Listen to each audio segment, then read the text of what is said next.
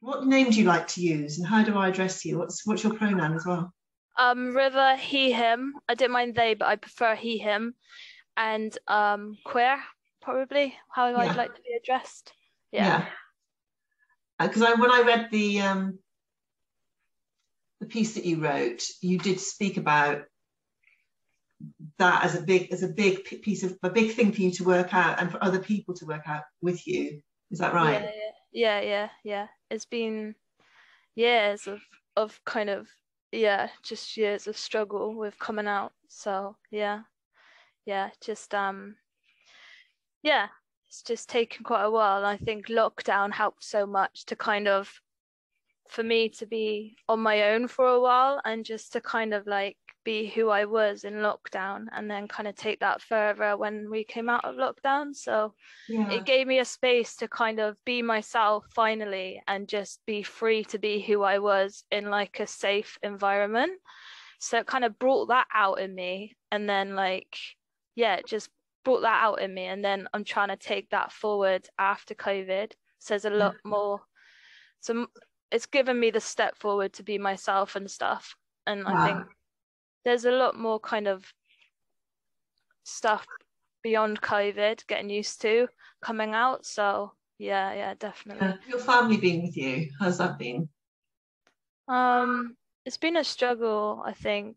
I think the thing is with me, when I came out, it's kind of like this is me, and then everyone had to accept it. But it's kind of learning that, you know, I might have been struggling with this for years, but they suddenly just heard of it, like, so I think it is hard for family and stuff when you come out, but I think oh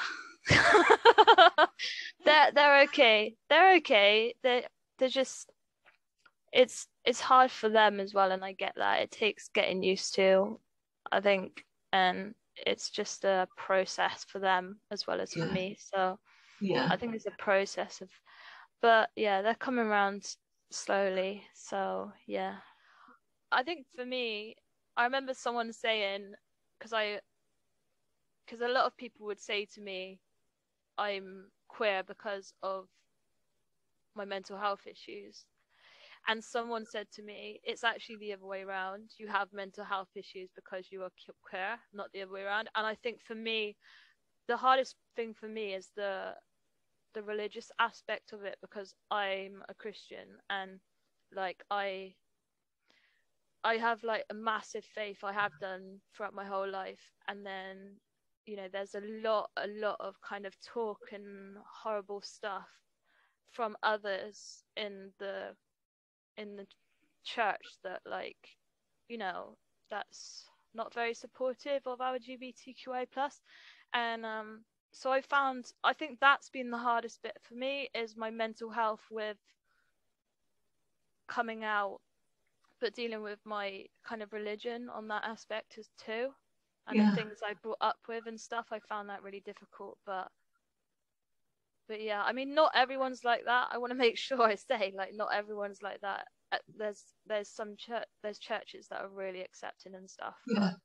and there's people that are really accepting. It's just there's the odd person in the church, I mean the church as a whole, not my church, as in the Yeah. church as a whole, that like, disagree and kind of say you're going to hell. And that's what stopped me from coming out for quite a while now, and that's what's affected my mental health so much is kind of yeah, because of my faith. But lucky I've had some church people in my life that have been really supportive and really like just be who you are, so that's been really good, I Yeah. think. Yeah, I mean, I still struggle from time to time, but I've moved on a lot of, well, I don't feel like I've moved on. But a lot of people say to me constantly at the moment how much I've changed, and I'm like, really? Have I? Have I really? And they're like, yeah, you have. And I'm like, I can't see it at all. But that's what's really nice. Like Safe Haven, they see it for me, and people see it for me because I Oh, I can't necessarily see that stuff. Is kind of I kind of recognize that I've changed a lot in how I deal with stuff, but at the same time I can't see it, so people are seeing it for me, like, yeah, that's a yeah, lovely way to look at what they're doing with you. Isn't it? yeah. Tell me about getting involved with Safe Haven. How did you come across them in the first place? So someone told me about Safe Haven, and I gave them a call, and they said like they'd have a chat with me and then meet over Zoom or something. So yeah, kind of somebody told me about them, and I started kind of interacting with them a bit. I found they were really accepting of like how I was and where I was at the time, which was really nice. It was kind of like we just accept you as you are, and kind of like I found the support really valuable on kind of like, yeah, just working towards stuff, but then kind of being able to just talk openly about what was going on for me kind of was really important, is really important for me to kind of be able to, the fact that they just listen rather than trying to set kind of, I don't know, kind of just listen rather than trying to fix everything, just kind of be like, this is where you're at, like, I think that's important. I think that's really important in mental health, just to kind of listen rather than trying to fix. So yeah, but also we talked about stuff that I could do that might be helpful, and they gave me resources, and I found it like really helpful, definitely, and helpful at a stage where I was kind of tussling about coming out and stuff like that as well. And I think you were having a really difficult time at one point. Did they help you get through that time? Yeah, definitely. I found them really supportive. Like when I was having a really difficult time when I started. I was in crisis so much, constantly in crisis, and going like, for example, to the train station that wasn't very good for me and stuff. And I was just in a really like bad place. But yeah, they were really good and kind of talked to me a lot, and yeah, kind of helped me get through in a way. It's kind of like a buffer for me in a way, kind of like to be able to get through. And yeah, found them really helpful in crisis, definitely. Yeah, kind of, I still get those dark moments, but I think thinking about the train station is, I've kind of gone there for different reasons now. So now I'll go there to clear my mind and kind of, because I'm into trains anyway. So I'll kind of go there to clear my mind. But thinking of where I was then, I was in such, it's almost like back then, I think I do get it sometimes now, but not as half as much as I did then. But that back then, I heard this saying, which was, my feelings feel so bad that it's almost like someone's pouring boiling hot water over my skin. That's how painful it feels in my heart. And that is exactly how I feel. Is kind of, when I've been in crisis, it's kind of like someone's almost boiling hot water on me. It hurts so bad, like, and it's, I think for me, the crisis are getting kind of more space between them. So I think, yeah, I think it's, yeah, it was just really hard at that time. And Safe Haven came at a perfect time and just kind of helped me through that, kind of poured cold water on me. So yeah. How long did you use them for? Did you check in with them quite regularly for a while, or was it? Yeah, it's kind of off and on. Sometimes I'll need them a lot, and then I'll back away because I'm kind of at my stable aspect, and then kind of back in crisis with their support. I don't know how long. I don't know. And about a year? What do you do with your time? How do you spend your time? I do a lot of gaming. I do a lot of art to express my emotions. So I tend to do a lot of art to kind of get my emotions out that way. Yeah. Gaming's a big one for me. Gaming helps me because it gives me a kind of release. It kind of like, you can go into a different world for a bit and just get a bit of time almost away from the world for a while. That's why gaming helps me so much. And yeah, it helps distract me because I'm so focused on the game and stuff like that. I do a lot of art to help my mental health too. Kind of like, I do a lot of like, if I'm really struggling, I'll do like a piece with like really vivid colors, and I'll just like release everything in my mind and just kind of get it all out on the paper, which I find really useful and really helpful. My church are really, really good with like me just stopping there for a chat and a cup of tea, so that's really helpful. Yeah.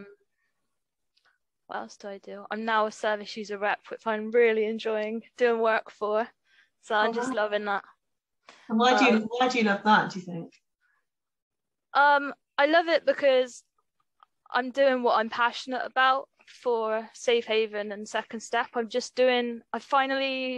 like people believe in me to be able to do it, and just to be able to make a difference on the service or make a difference in people's lives and kind of give pointers and kind of, I'm just loving it because it's just given me a purpose, and I've always wanted to help people, and this is kind of the start of my journey with doing that. So yeah, it's really important to me and I'm really excited about it. That's fantastic. How long have you been doing that for? Just is it recently you got involved?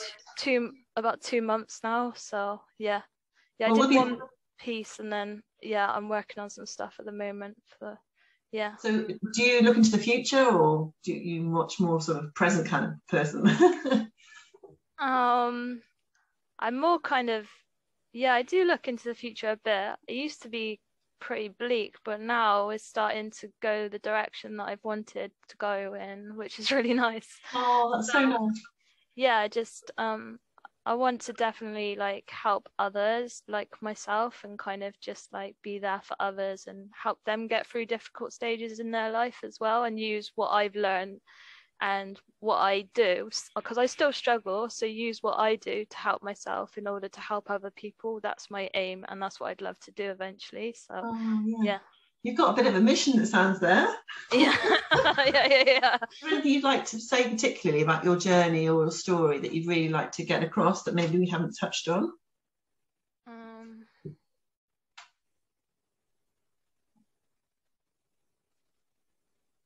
I think the main thing for me is just listening. You know, I've put the phone down on quite a few people that have like suddenly gone in with, why don't you do this? Why don't you do that? Why don't you do this? Phone down. Because like I've got so frustrated at them, because it's like, just listen. I think the main thing for me that I've learned is letting myself feel how I feel. It's like, you feel sad, you can cry, you can get a cup of tea, sit on the sofa and cry my eyes out, and then you can do that stuff. I think the most thing I've learned recently is like, feelings aren't gonna kill you. I think sometimes I get into a space where I'm still learning it myself. I think sometimes you get into a space where you feel like your feelings are gonna kill you because they're so strong. Oh, yeah. And I think it's really important to let yourself feel how you feel about things. I think I'm starting to really like gauge that. Oh, I feel like crying, so I'm just going to cry for a while and then do something to comfort myself, Yeah. I think that's the main thing that I've taken from it. And it's been hard, I'm still struggling with it now. I'm still on a journey. I think I'm still on a journey of struggling with my mental health now. And I think, it's just getting through each day and stuff, so.